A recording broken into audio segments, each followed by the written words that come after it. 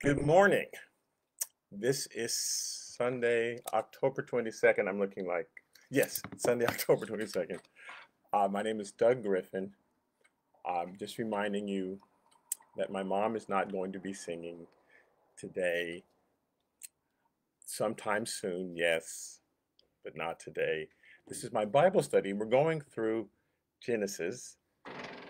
We started at chapter 1 in March of last year when the pandemic began, and we are now in Genesis chapter 38. We just go verse by verse by verse by verse. It's easier to understand what God is saying, what God is doing, if you just read the context. We were discovering all kinds of things. Oh, look what it says this, look, it says that. So sometimes we don't take the time to go through verse by verse, but when you do, it's just like reading any story. Everything falls into place. For example, today, this sermon is titled The Unrighteousness of Joshua. So let me review a little bit. Uh, Jacob has had 12 sons. We all know that story. Jacob, unfortunately, has been focusing all of his attention on son number 11, Joseph. He was in love with Joseph's mother. This is the wife that he picked for himself. Um, Interestingly enough, his father's wife, uh, Abraham, had sent a servant out. I need you to find a wait, Abraham, Isaac, Jacob. Jacob. Yes, I'm sorry. So Isaac, just I have to tell the story in my head to make sure.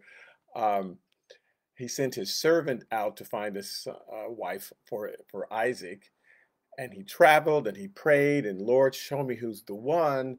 And if this is the one, then let her come in to the well and ask me for water. And he put all these things out because he wanted to make sure he was doing the right thing. And sure enough, she did all those things. She came and said, "Oh, here, do you want water?" And he made it difficult. I'll get the water for you, and Lord, make her feed my camels. And she said, "Okay, I'll feed your camels." He went, "Oh, well, this has got to be the one." Um, Jacob did none of those things for himself. When he was fleeing his brother Esau, he just ran up north. He saw Rachel and said, "That's the one." And he wanted to marry her. Didn't pray and say, "Lord, show me which one." He just assumed this was the one. And when they finally had a son together, Joseph, he assumed this is the heir. This is the one that's going to carry on the lineage that was promised. And he's totally wrong. It was Leah. The reason that he thought it couldn't be Leah because Laban had tricked him into marrying Leah. And so therefore God surely didn't know that was going to happen. And God's like, "Oh man, he tricked you. Oh, but I really wanted it to be Rachel." And God doesn't work like that. There's nothing that the devil does that surprises God. God doesn't, "I didn't know that was going to do that." God always he makes it all work out. So we don't have to get frustrated if things don't work out the way we think they're going to work out, that they're supposed to work out. God knew, and we need to just relax and say, "Okay, I didn't think this was going to happen this way, but God knew it was going to happen this way. So I'm just going to relax and see what it is that God, wants me to do, instead of being upset the whole time. This is not the way it's supposed to go." Yeah, apparently it is. It's just that we didn't know it was going to go that way. So Leah, it turns out, is the one who gives birth to Joshua, and Joshua is the one who carries on the family name. The writer of Genesis knows that. God knows that. So although the attention is being focused on Joseph, the writer of Genesis wants us to keep focused on Joshua because that's the one who's going to carry the seed down to David and down to Jesus. So Joshua is not accidentally in the story. He's important to the story. Even though Jacob is focused on Joseph, we don't need to be focused on Joseph. We need to see what God is doing with both. So Jacob is focused all the sense in Joshua, giving him the coat. His brothers hate him. In Genesis chapter 37, and we're going up Genesis chapter 38 today, but I just want to review a little bit in 37. When they see Joseph coming to check up on them, and Joseph is totally self-absorbed, he has a lesson that he's going to have to learn if he's going to save his brothers 22 years from now. because he could care less of what his brother's dreams are. He could care less about anybody else other than himself. And he's very nice and wonderful and charming. And oh, hey, everybody's fine. I've got a dream. But he doesn't ever ask them about their dreams. He doesn't assume that they have them because his father's trained him to believe that the world revolves around him. And Joseph has to go through a series of things so that he can change into the person that God has designed him to be and do the thing that God has designed him to do. Joshua's going to have to change also in order for him to do the things that God wants him to do.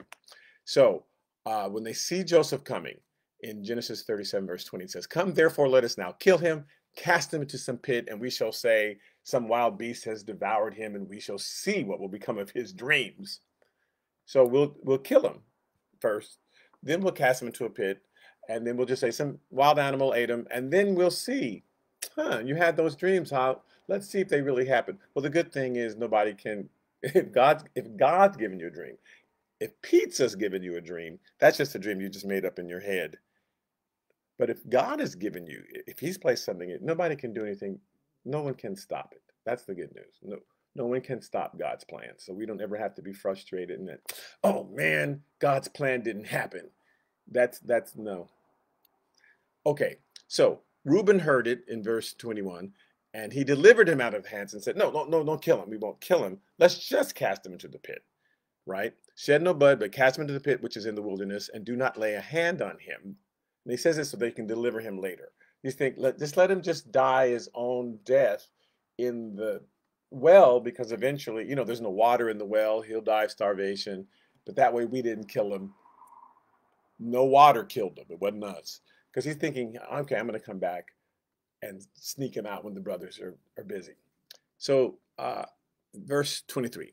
So it came to pass when Joseph had come to his brother that they stripped him of his tunic, the tunic of many colors that was on him. Then they took him and cast him into the pit, and the pit was empty and there's no water in it. So they just took away his coat, threw him in the pit. Then they sit down next to him and they have dinner, and they can hear him screaming. We find that out later, 7 chapters later, when the brothers make it to Egypt, and Joseph, disguised as, this Egyptian potentate, is giving them a hard time, right? They don't recognize Joseph.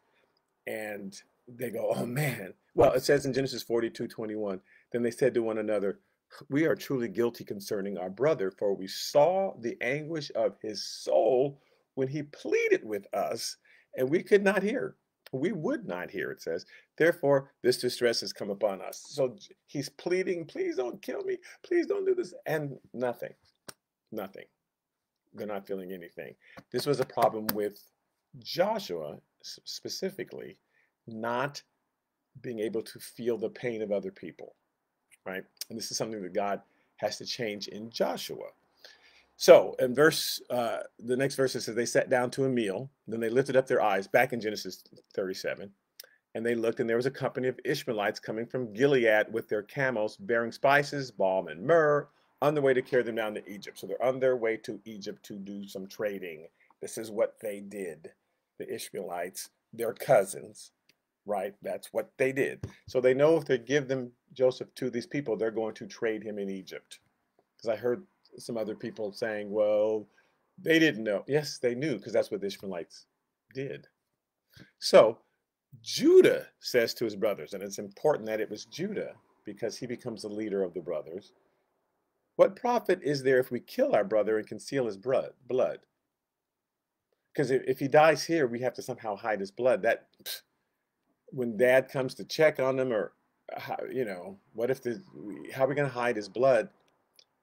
Let us, he says, come, let us sell him to the Ishmaelites. Now he's actually playing into God's plans. Judah is, and let not our hand be upon him. For he is our brother and our flesh. And his brothers listened because Judah became kind of the leader. Reuben had messed up. And Judah's the 4th oldest, right? Reuben had messed up because he had slept with dad's wife. Simeon and Levi, the 2nd and 3rd oldest, had messed up because they had led this revolt and killed a bunch of people. So Joshua was now kind of the de facto leader of the group that people listened to. And thinking, we can make a little money. right? It totally ignoring. Now, again, knowing that you're going to sell him to give him to the Ishmaelites, and they are going to trade him in Egypt. That's kind of certain death for this kid who's pleading, please don't do this, don't do this. And Joseph had never been away from his family, and to sell him. This is terrible. Okay, but this is Joshua not feeling anything. I don't feel anything. We're going to sell him away. Because even if Joseph's thinking, I'll just keep pleading and eventually they'll give in, right? Joshua's like, no, we don't want to hear you pleading. Let's just get him away. Because he doesn't, I don't want to hear the pleading anymore. Let's just sell him to the Ishmaelites, get him out of here. So they sold him, right, for 20 shekels. Reuben returns to the pit and says, oh my God, where it says, and indeed Joseph was not in the pit, and he tore his clothes, which is their sign of all the anguish that's going on the inside. You can't see what's going on the inside, so I'll rip my clothes so you can really see it. And he returns to brothers and says, the lad is no more, where shall I go? Now, I remind you that he says this because I'm responsible for Joseph. I'm the oldest. I just slept with my dad's wife. He's mad about that. And now I lost his favorite son. So now where am I going to live? Where am I going to, because I can't go home if he thinks that I did this. So they come up with this story, right? They killed a goat. They trick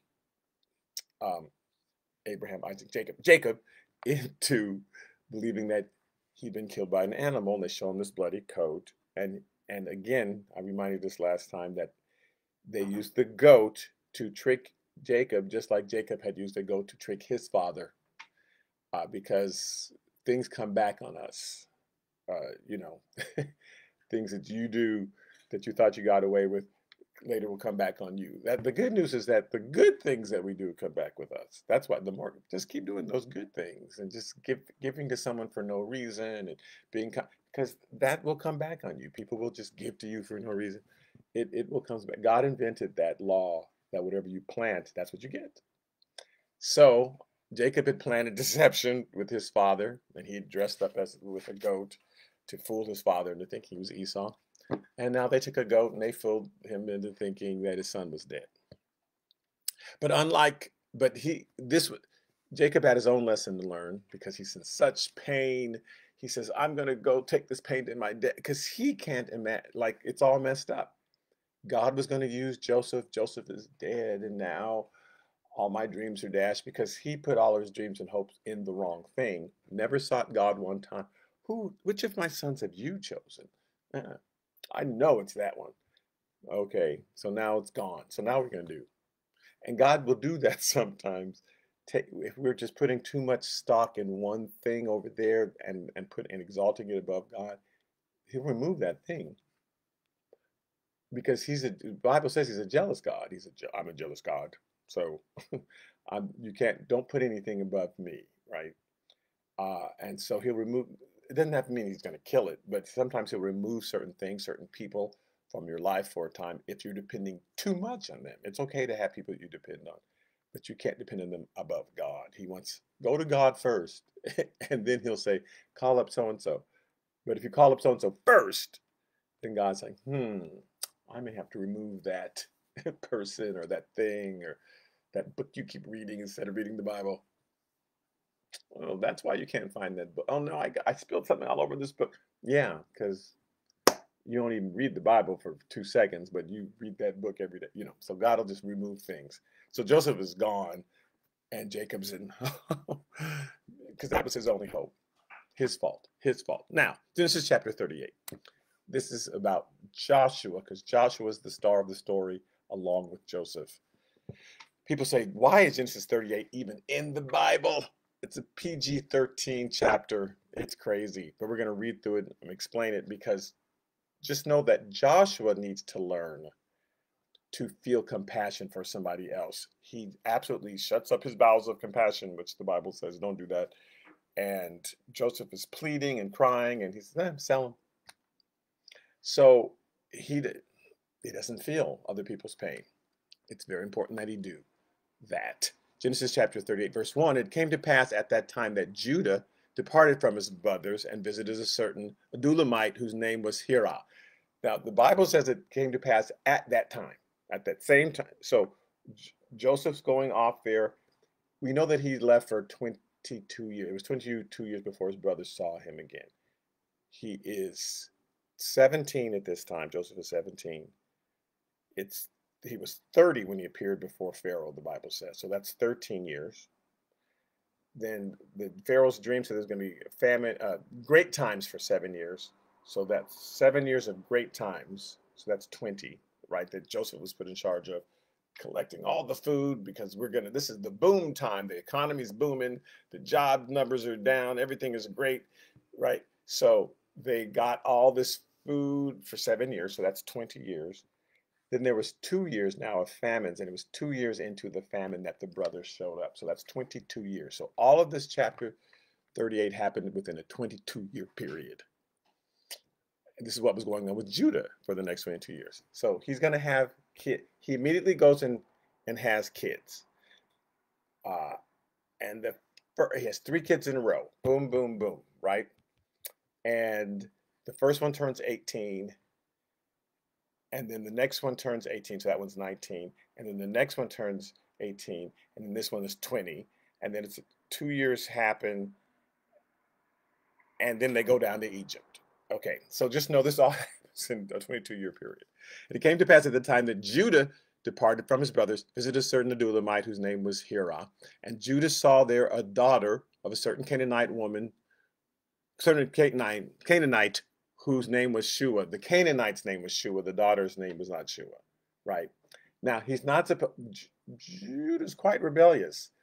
This is all the daddy's fault that his children are so rebellious because remember, he's paid no attention to them. Oh, you're the children of Leah. I don't like you. And so he has paid no attention to the older sons, and they all go out and are the most rebellious kids because he's basically told them, I don't know why you've been born. Joseph's my favorite, and he had nothing to do with them. So Judah goes out, now his time to be really rebellious. He goes out and finds a Canaanite man and marries her daughter, which the grandparents are like, no. Oh, and Isaac's still alive, by the way. Isaac dies right before they go to Israel. So it's like, no, don't marry the Canaanite woman, but he does. So she conceives, so he went into her, he marries her, went into her, verse 2, and she conceives and bears a son. So immediately he goes down there, finds a woman, right? 9 months later, she bears a son. And he called his name She conceived again and bore a son right after that. And she called his name Onan. And she conceived yet again and bore a son and called his name Shelah, or I don't know how they say it. And he was at Chizib when she bore him. Okay, so 3 sons in a row, 3 years has gone by. Okay, Genesis chapter 38, verse 6. Then Judah took a wife for his firstborn. So right when he turned 18. So 18 years are now gone by. He has kids that are 18, 17, and 16. He took a wife for his firstborn, and her name was Tamar. But Judah's firstborn, was wicked in the sight of the Lord, and the Lord killed him. Now, this is fantastic. And people are like, oh my. Who killed him? God killed someone, and I don't understand. And so let's just discuss this. Let's just discuss it, because we don't want to think of a God who comes and just kills people. So people will literally just change the Bible. Well, actually, the devil killed. They'll just make up something, but we're stuck with what the Bible says. But let's look at the whole counsel of the Bible to understand. We look at our lives as we're living our lives, we're doing our thing, and then God has kind of shown up and intrudes in our lives, and he says, I want you to do this and do that and do this, and then when you don't do it, he gets mad and kills people. And punishes. And like, we were doing our thing and you just showed up. You messed it up. You're like the substitute teacher who came in and started doing all this stuff. And that is not the correct image. Actually, it's the opposite. God created the world. God designed it and how it works. And then we come along and God says to us, listen, I've made these laws. And if you obey these laws, like gravity, let's say you obey, law of gravity. You'll live. If you disobey the law of gravity and just jump off the balcony, you will die. Because that's how I've designed it. It's not like people were jumping up and down and then God suddenly came in and imposed gravity on them. He's saying to us, I've designed the universe, and as long as you're doing what I'm saying, you'll survive. It's when we're disobedient to what God is telling us to do that we get in trouble. So whenever we're disobedient, death, unfortunately, it's a life and death thing. Death starts heading toward us, and it's only the mercy of God that is restraining. So it's not that God is intruding on us and imposing on us. God is actually rescuing us from death constantly because of our sin. We are on fire, and God's like trying to hose us off. We'll just stay in the water and get hosed off. We're drowning in the pool, and God is throwing us the lifeline if we'll just grab onto it. We're already in trouble because of our sins, which have separated from God and therefore separated us from his mercies. And so God is overreaching himself to constantly protect us. And every so often, he'll just lift that hand of protection because our sin is too great and his wrath comes on us. In Hebrews chapter 12, verse 29, it says, our God is a consuming fire. And it wants us to get this picture that we are stubble, we are hay, and as God approaches us, that fire, the more disobedience, our disobedience is like the stubble, the hay, the wood that gets burned up. Our obedience is like gold, it's like silver, that when the fire comes, we're refined by it, and all the purities disappear when the fire shows up. That's what our obedience is. And the more that silver is refined in the fire, the more it shines, right? But our disobedience is the wood, hay, and stubble that gets burned up. So he's a consuming fire. There's nothing we can do about that. But fire can be our friend and our enemy, and that depends on us, because fire's just doing its thing, right? You stick your hand in fire. Oh, that fire got mad at me, and no, you stuck your hand in the fire. You disobeyed the rules, and it burns because the fire is always fire, but it can be used to cook our food and to light our path, or it can burn us if we're being stupid. But fire is, and that's a quality that God will always have. He's always going to be a consuming fire. In Romans chapter 1, verse 32, it talks about sinners. It says, who knowing the righteous judgment of God, and that those who practice such things are deserving of death, not only do the same, but also approve or applaud those who practice the disobedience, right? And so he's talking about, again, people in times past who has seen the miracles of God. They know the righteous judgment of God, and they still are disobedient. God parts the Red Sea, and the Israelites come across, and people think, oh, I'm going to attack them. Like, you're going to attack those people who have a God that can part the ocean? That's who you're going to attack? So you're coming against God. Well, when you lose, you can't go, well, what happened? He's so mean. No, you came against God. Knowing the righteous judgment of God, and that those who practice such things are deserving of death. No, seeing people punished, and God does that on purpose, right? He'll make, and a teacher, hopefully, if you had a smart teacher, might make an example of that kid who is acting up. Okay, you kid that keep acting up, I'm going to punish you, so that other people can see, oh, I see that the punishment for acting up is that. You want we were frustrated with the substitute teachers when we were kids who didn't control the class, who let people just run wild and do their thing. That made us crazy because we're not able to learn. God wants us to learn. So he's the teacher who says, these are the rules. As long as you're following the rules, everything is cool. But when you don't follow them, you'll be punished. Sure enough, one kid doesn't follow it, and the smart teacher immediately punishes that kid so that the others can go, oh, okay, I see now. That's the punishment for that. Okay, now I know. And if I'm stupid, I'll just do it. Oh, let me do that too. And then when you get punished, well, what happened? Well, you saw the punishment. It says, you know that those who practice such things are deserving of death, and yet you're going to do it anyway and actually applaud those who do. Yay, let's sin. So at a certain point, judgment comes on it because God lifts his hand and says, okay, I have to bring judgment in order to save all those people so they can see what will happen if you I'm holding judgment back, and at a certain point he releases it and says, okay, I've had it up to here, that I've had it up to here thing.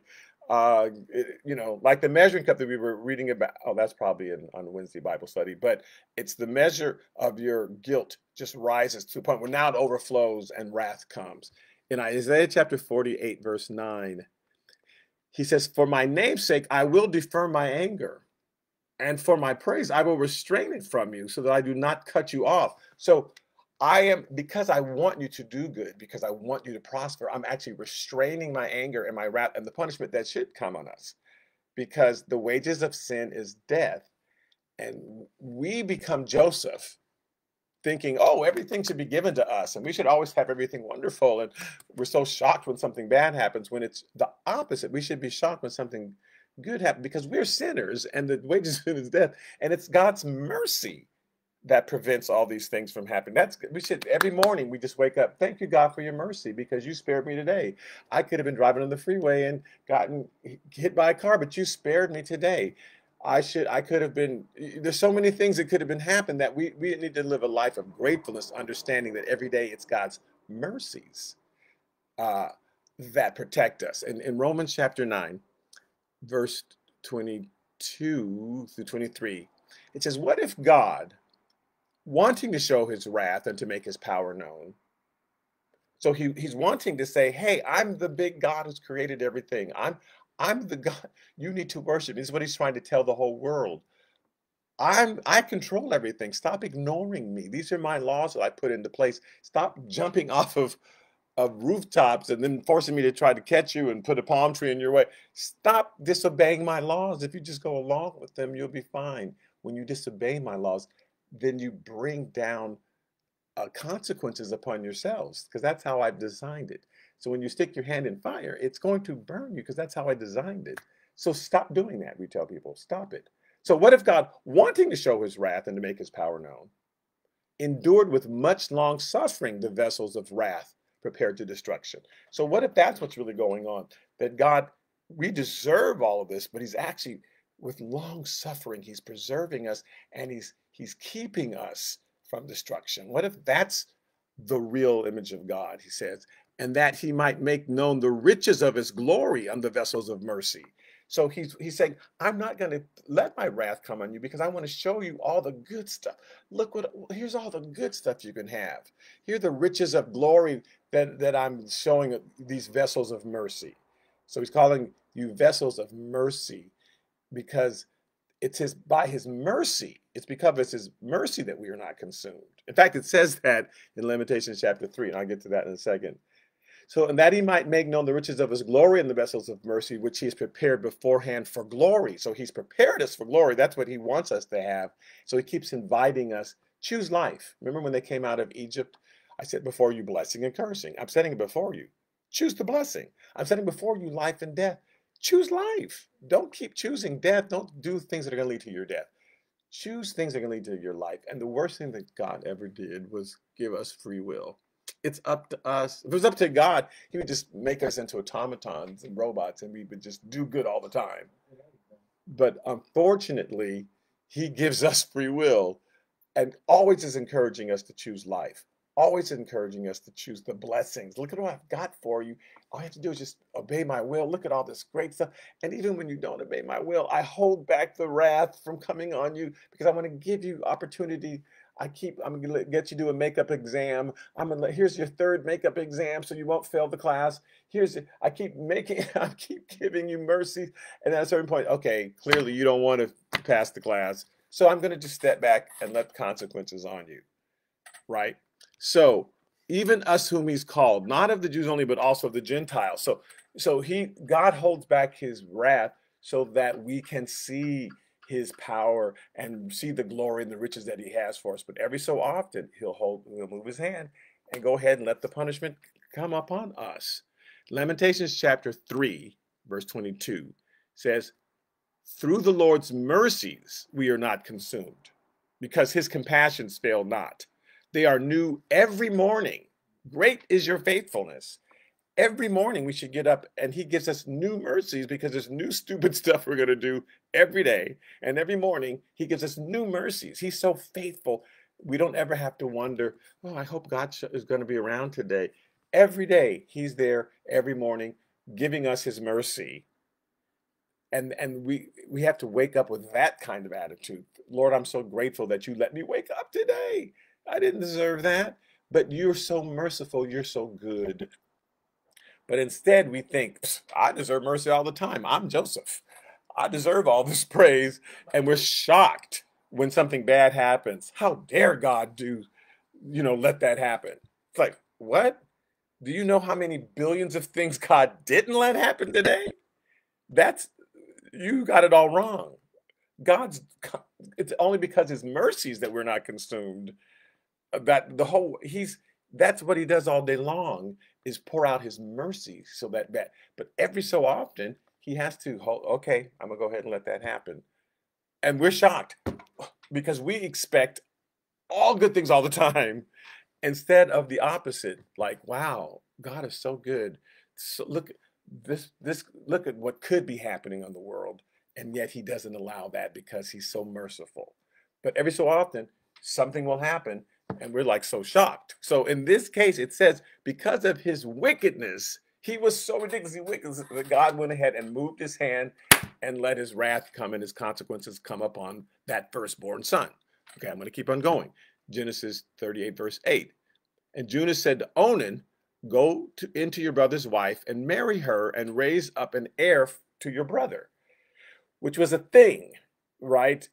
Because they wanted their line to continue. They don't know which child, they don't know, God knows, which child, which person that the seed is going to come from that's going to bless the whole world. So it's very important to the Jews and also in other cultures that everyone's line continue. So your brother died before he got a chance to have any kids. You take his wife and then you have a child with her so that his line can continue. In Deuteronomy chapter 25, verse 5 and 6, became part of the law of Moses. Deuteronomy 25, 5 and 6, it says, if brothers dwell together and one of them dies and has no son, the widow of the dead man shall not be married to a stranger outside the family. Her husband's brother shall go unto her and take her as his wife and perform the duty of a husband's brother to her. And it shall be that the firstborn son which she bears will succeed to the name of the dead brother, and that his name may not be blotted out of Israel.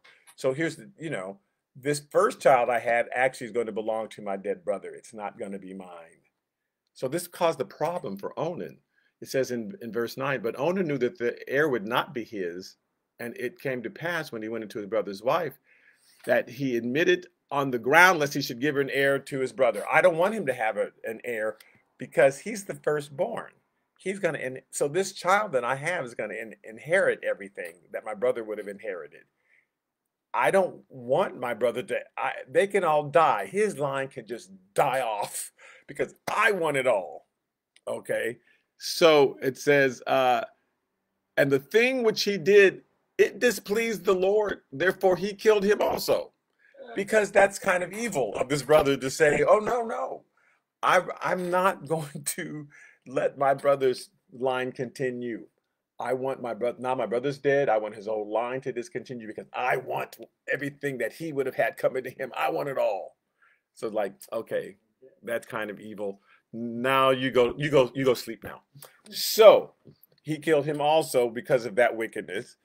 Then Judah said to Tamar, his daughter-in-law, remain a widow in your father's house till my son Shelah is grown, or Shelah, okay? Because at that point, so he got married at 18, had a kid. Now he would have been 19. This one's 18, so it's 19 years. And this one is still 17, right? They should have had a son, and it would have been a year would have passed, and the other son would have been 18. But he's like, nope, you're not going to have no child. So he's still 18, and it's like, no, I'm going to find my own wife, and I'm going to have my own kids, and they'll inherit everything. So they're ha, ha, ha. Well, God said, I think I'm going to have the last laugh in this situation. So wait until my other son is 18, wait a year, and then you can marry him. then I'll, give it to you. So remain a window in your father's house to my son Shelah is grown, for he said, lest he also die like his brothers. So just wait a second. Don't go up to him by 17, because the first one died, the second one died, and I don't know, maybe it's you. So wait until he's 18, because we don't want to piss off God again. And so Tamar went and dwelt in her father's house. So she's waiting for him to say, hey, now it's time.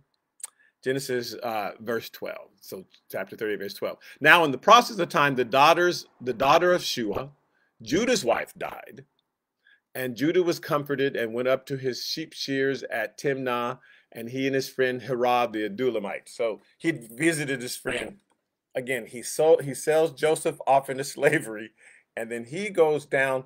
Timnah is near Bethlehem, and interestingly, this is the land that's going to be given to his ancestors. So he's in the land given to his ancestors. This is why this particular land was given to his ancestors, because of what happened here. This is why the reason why Joseph's land was given to his ancestors when they came out of Egypt, because he'd gotten killed in that well, and so they dedicated that land to him. So it's just interesting why God said, why when they were dividing up the land, you get this land, you get that land. Well, there was reasons why. So he goes to Timnah, which is near Bethlehem, and he's all upset because his wife had died. So he went up to his sheep shears at Timnah, and they, sheep shearing time, they always have a big, huge party. It's once a year, we're going to shear all the sheep, a big party. And it was told Tamar, saying, look, your father-in-law is going up to Timnah to shear his sheep.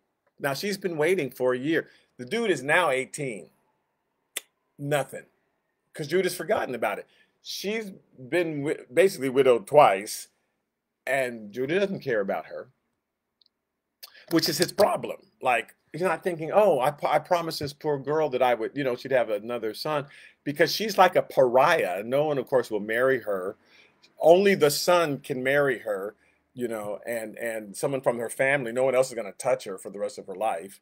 So, but Judah doesn't care, because he has a problem caring and remembering other people's pains. So she took off her widow's garments, covered herself with a veil, and wrapped herself, and sat in an open place, which was on the way to Timnah, near Bethlehem, for she saw that Shelah was grown, and she was not given to him as wife. She was like, okay, Judah has forgotten his promise to me, because he could care less, really. So when Judah saw her, he thought she was a harlot, because she had covered her face. Then he turned to her by the way and said, please let me come into you, for he did not know that she was his daughter-in-law. And I'm mourning because my wife died, and you're a prostitute, so come here.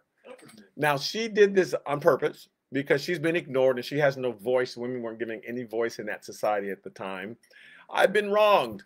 Too bad. No one. If only there was a woman's advocate for you to go to, but we don't let women have any voice. So, and that wasn't God's design. That was that culture's design. So she said, well, what will you give me that you may come in to me? And he said, I will send a young goat from the flock. They're into goats. And so she said, will you give me a pledge till you send it? Like, what's going to be the payment? Because normally you pay prostitutes with something. Well, when I go back, I will send you a goat. Okay, but what's going to be the pledge? Because she's thinking, I know. And again, she's got this all planned out. You don't keep your word, because you could care less about other people other than yourself. So what pledge shall I give you? So she said, your signet and cord and your staff that is in your hand. So your ring and your bracelet and your staff, give me your personal property, like saying, give me your phone and your wallet, right? And that's in your hand. Then he gave them to her, and he went into her, and she conceived by him. So this is year 20. And so she arose and went away and laid aside her veil and put on the garments of the widowhood. So she went back, okay, I've got this, right? Verse 20, and Judah sent the young goat by the hand of his friend the Abdullamite to receive his pledge from the woman's hand, because I need my stuff back. He did care about his stuff. Now, I don't care that my daughter-in-law has been waiting for 3 or 4 years, but I need my wallet back. So I will send this goat because I need my stuff back. But he didn't find her because she had left, because that's not where she lived. She just knew that I know that Judah's coming here. There's no other way to get his attention. So, and I'm not, this is what people were forced to do in the situation. I'm not saying, and this is the thing that you should do, become a prostitute when people have wronged you. But this was all that she could think to do in the situation, right?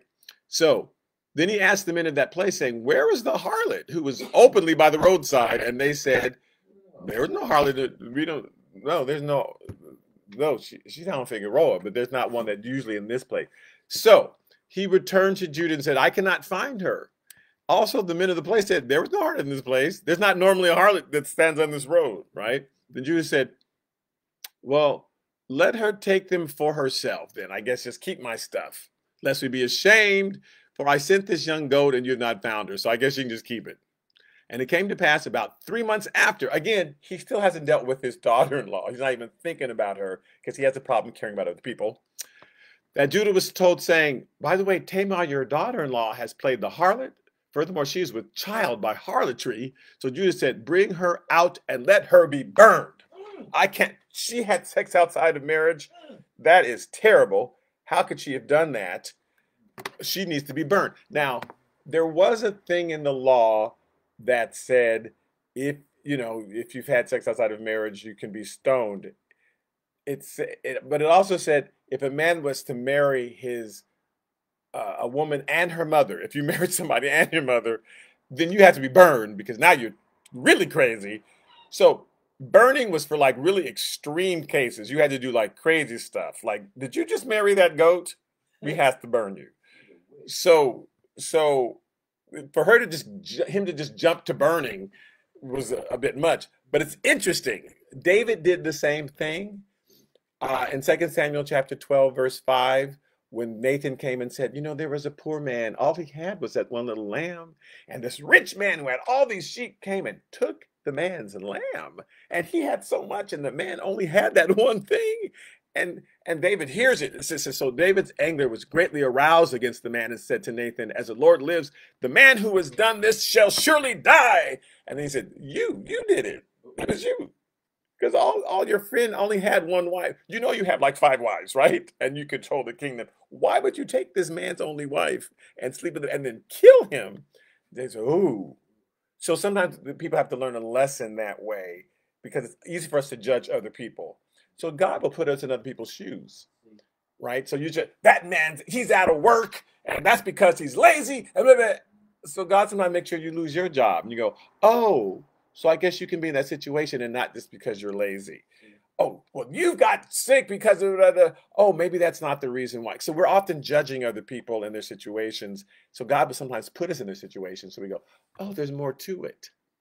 I was judging people who haven't done this or haven't done that or who are living on the street. And I see now that circumstances can just rise up and you can just lose your job and lose control of your house. And it has nothing to do with you being an evil person. So Joshua had to learn a lesson like David had to learn. So when she was brought out, she said to her father-in-law saying, by the man to whom these belong, I am with child. Like, find the guy who this stuff belongs. And she said, please determine whose these are, this signet and cord and staff. So Judah acknowledged him and said, wow, she has been more righteous than I, because I did not give her to Shelah, my son. And he never knew her again. It's not like he slept with, because that wasn't a thing of his. But he's like, wow, I promised that I would do these things, and she's had to do this to me to make me realize. And this was an important turning point for Judah. This story is not here for no reason. It's important that Judah realize that other people are in pain and other people are going through things, and he needs to be compassionate for them because he's the man who sold his brother to the Egyptians. And everybody said, yeah, that's a good idea. And Joseph, they said, was crying and pleading, and Judah could care less. And that's how he was, right? His daughter-in-law is like suffering, and I don't care.